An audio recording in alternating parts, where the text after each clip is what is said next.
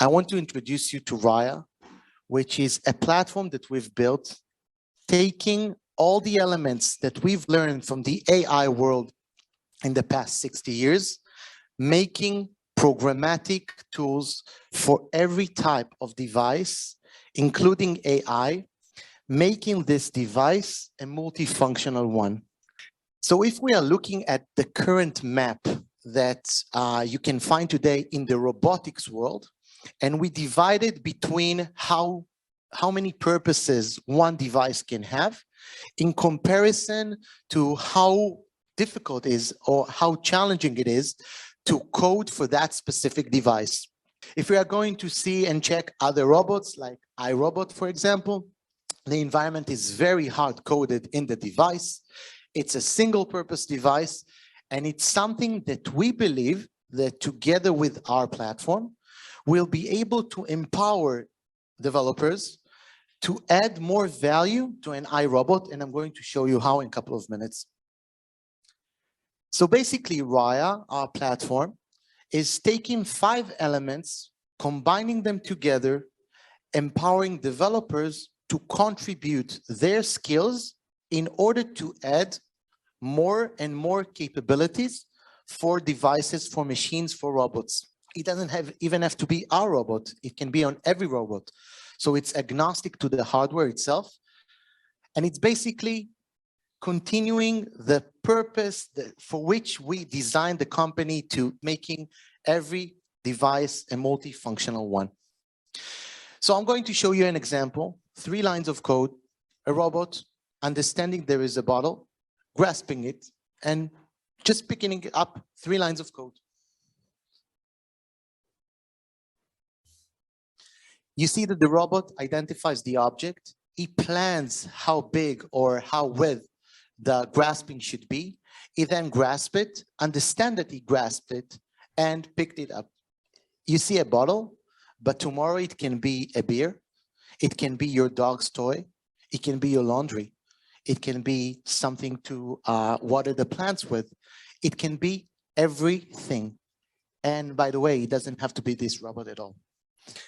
These are the main robots that exist today. We believe that this is only the beginning. The problem with those devices, okay, each of them has its own disadvantages, but most of them are hard-coded. Now, with Raya, you will be able to take each and every one of those robots and add capabilities for your home, for your parents' home, for hospitals, for nursing homes, for schools, for museums, for every place out there with very minimal type of work. So this is Gary, and we built our own robot in order to add to the fleet that you saw before. It has 2 arms, not this one, the one that is on our customers' premises. It has more than 20 sensors. It has computer vision. It has a lot of other elements that appears on the screen. Everything here is available for you to just start and play with and think about business logic and business use cases that you want to solve with those elements and start working with that very, very easily. This is an example of Gary being asked to identify the bottle, grasp it, and place it near his little brother. Oh, by the way, the fact that he's grasping it, doing the arm manipulation, planning the path to the other place is absolutely agnostic to you. You don't have to understand how to plan path, how to do stuff like path planning, obstacle avoidance. People are standing in the way, trying to distackle him, and he's just avoiding them, going to the right direction. You see on the right bottom side of the screen, his little brother. He wants to bring the juice to his little brother, and this is what he does. So everything here is very, very simple to program. So just to give you like a small glimpse about the market, this is a $100 billion market within the next 3 years. This is what the researcher says.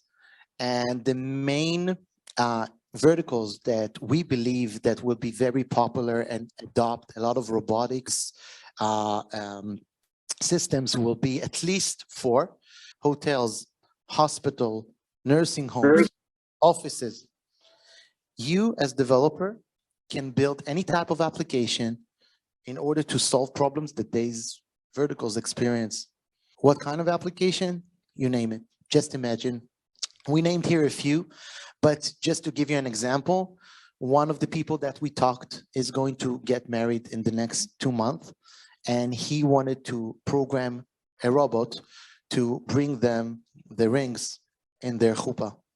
So he's doing that within less than a day of coding.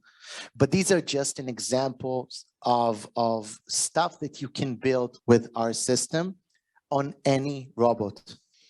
In terms of tools that we provided to the developers, we can divide them between the basic tools and the advanced tools.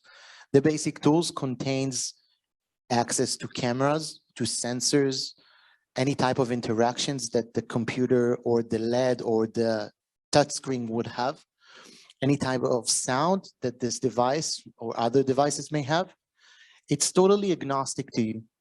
You don't have to understand what kind of camera the device has. Exactly if you're building an application for an Android type of device, you should not care about the type of camera, the amount of pixels, if it's a Xiaomi, if it's a ZTE, or if it's Samsung. You're building an application for Android device. So the same goes with here with our advanced tools. In terms of navigation, you saw the robot avoiding obstacles. You shouldn't care. It's not your problem. It's already something that is built inside our system to help you just think about the use case and the solution.